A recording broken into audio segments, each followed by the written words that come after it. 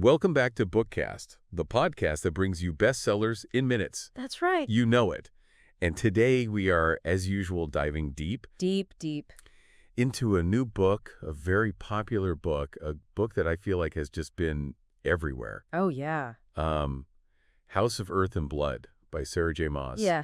It's the first book in her Crescent City series. Mm-hmm. And, you know, if you're a Sarah J. Maas fan, you know that she does these like intricate world-building, complex characters. Absolutely. So we're going to talk about all of that today. It does not disappoint. Yeah, intricate world-building, complex characters. I feel like House of Earth and Blood throws you right into it. Like, we're in Crescent City. Yes. It's this world where there's like Mondals and Fae and werewolves and humans. That's right. Yeah, it's like this melting pot of all these different supernatural beings. And I feel like even more so than the characters, it's like the power dynamics that she's created in this world. Oh, for sure. You've got the Alsteri, who are like these angel-like beings. Yes. And they're ruling over everyone else. Then you've got the Fae, who have their own like hierarchy and conflicts going on. Absolutely. And then, of course, you've got the humans, who are kind of caught in the middle of all of this. Right. Just trying to survive.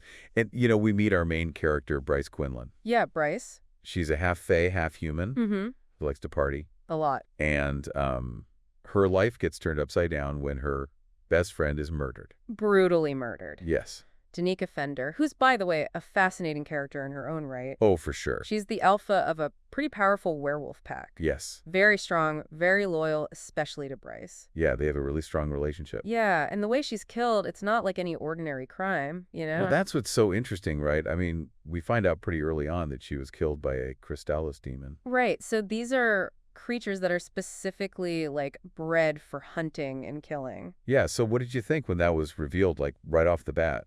I mean, it immediately makes you think, like, okay, who would want Danika dead? Yes. And why would they use such a rare and deadly creature? Right. It's not just a personal vendetta. It feels like something bigger is going on. Exactly. And then we have this whole other element, which is Luna's horn. Yes, Luna's horn, very important. Which is like this, you know, legendary artifact that everybody wants. Very powerful, very mysterious. And it's connected to, like, some Starborn prince or something. The first Starborn prince, yeah. So, you know, that's a whole other element of intrigue. Oh, yeah. It becomes this, like, central point of conflict, you know? Right. Everyone's trying to get their hands on it. And we don't even really know what it is. Exactly. Or what it does. Some mystery. So, you know, we have all these things going on, and Bryce is kind of thrown into the middle of it. Thrust into this world of magic and mystery. And she's forced to partner up with this fallen angel, Hunt Athalar. Yes, Hunt. He's, you know, bound to serve this archangel, Micah. Mm-hmm. And their personalities clash, like, right from the start. Oh, for sure.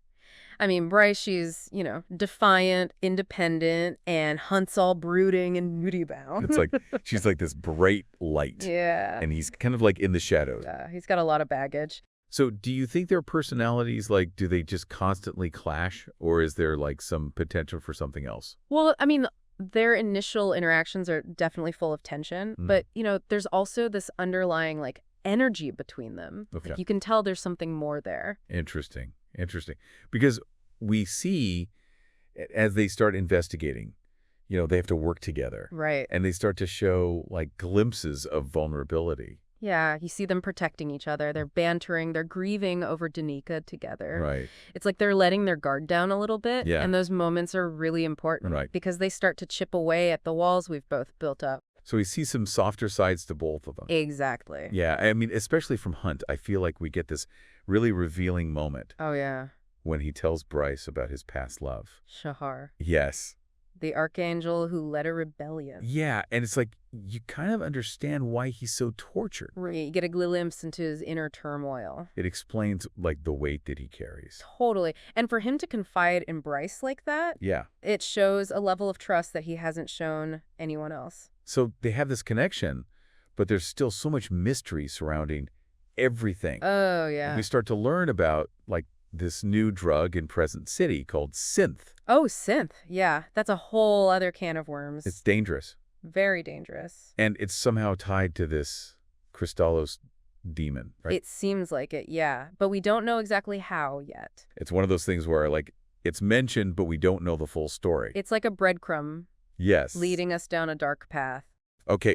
And speaking of paths, their investigation takes them to some interesting places. Oh, yeah. Some crazy places. We get glimpses of the meat market, which is like this black market for magical items. Super shady. Yeah. And then there's the Viper Queen. Oh, this sounds terrifying. I know, right?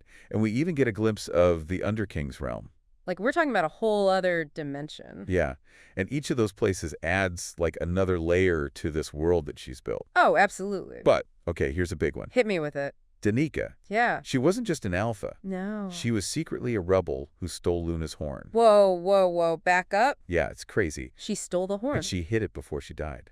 This changes everything. I know, I know. So she wasn't just a victim. It makes you wonder, like, what else don't we know about her? Right. Who was she working with? Why did she steal it? Exactly. Where did she hide it? So many questions. And then, on top of all of that, we find out that Bryce's dad, the Autumn King, might be involved somehow. Oh, no. Family drama. Their relationship's already complicated. Yeah. But now it's like, what's his role in all of this? Intrigue. I know, and it's just getting more and more intense. It's like a pressure cooker. And then, as if that wasn't enough, we get the biggest bombshell. Okay, I'm on the edge of my seat. What is it? Bryce. Yeah. She's a starborn. What? No way. Yeah, like a descendant of the first starborn prince. Wow. And get this, Luna's horn, Yeah. it's not an object. It's a tattoo on her back. Oh, my God. I know. That's insane. So now she's like the key to everything. Right, but she's also a target. Everyone's going to be after her. For sure. And Micah, the archangel, he wants to use her. To get to the horse. Exactly. This is bad news for Bryce. Oh, yeah, he's in serious danger now. And it all comes to a head when Micah tries to take the horn from her. And then Sandriel shows up. Micah's rival. Yeah, the one Hunt used to save. And it's just chaos erupts. Crescent City is literally falling apart. And Bryce, in this moment of like pure desperation, Yeah. she uses her powers. To do what? To seal the rift that Sandriel created. Oh, wow. So she saves the city. But it puts her in danger. Like serious danger. So what happens?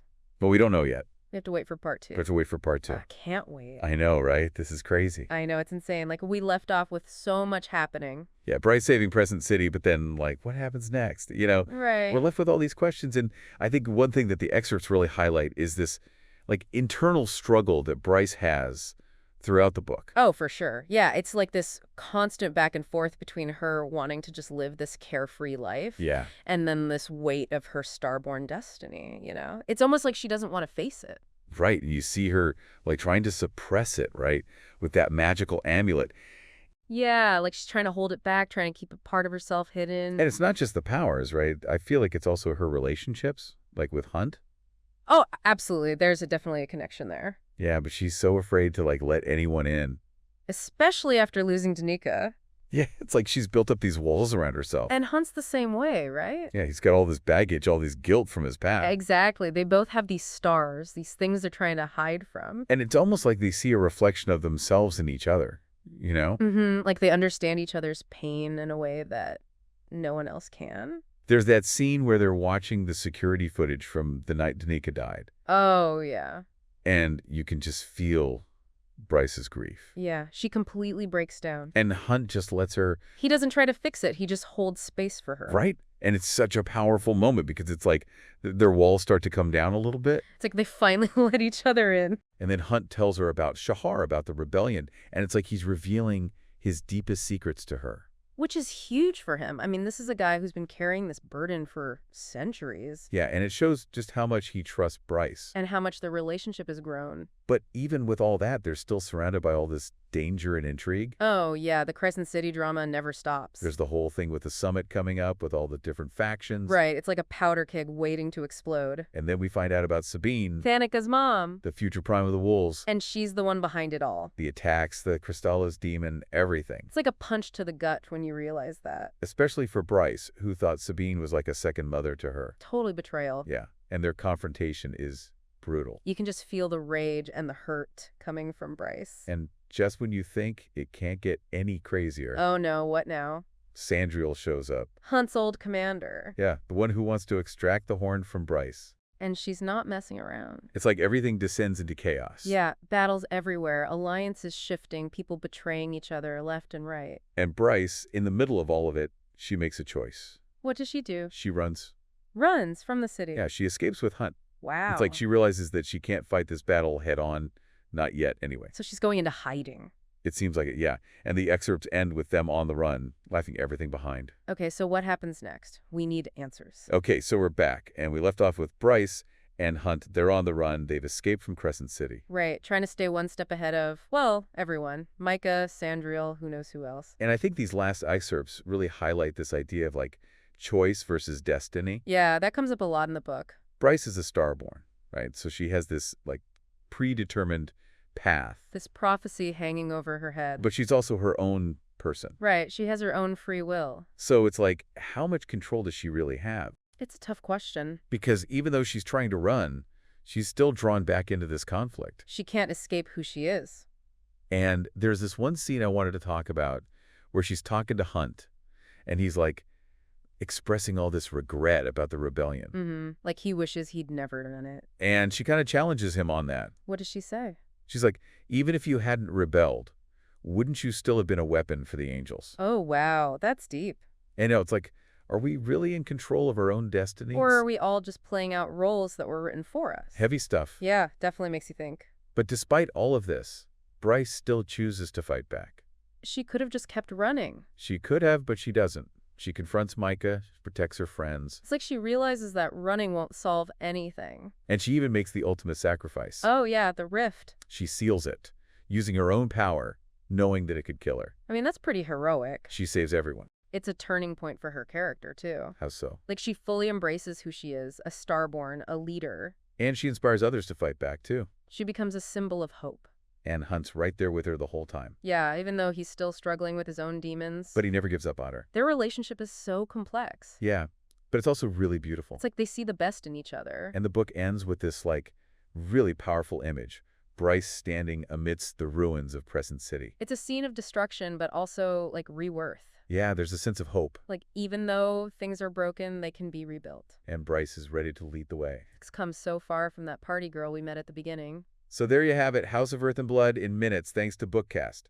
We've only scratched the surface, though. Sarah J. Maas has created this incredibly rich world with characters that you just can't help but root for. So if you're looking for a book that will keep you on the edge of your seat, with all the romance and action and intrigue you could ask for, Pick this one up, you won't regret it. and until next time, happy reading.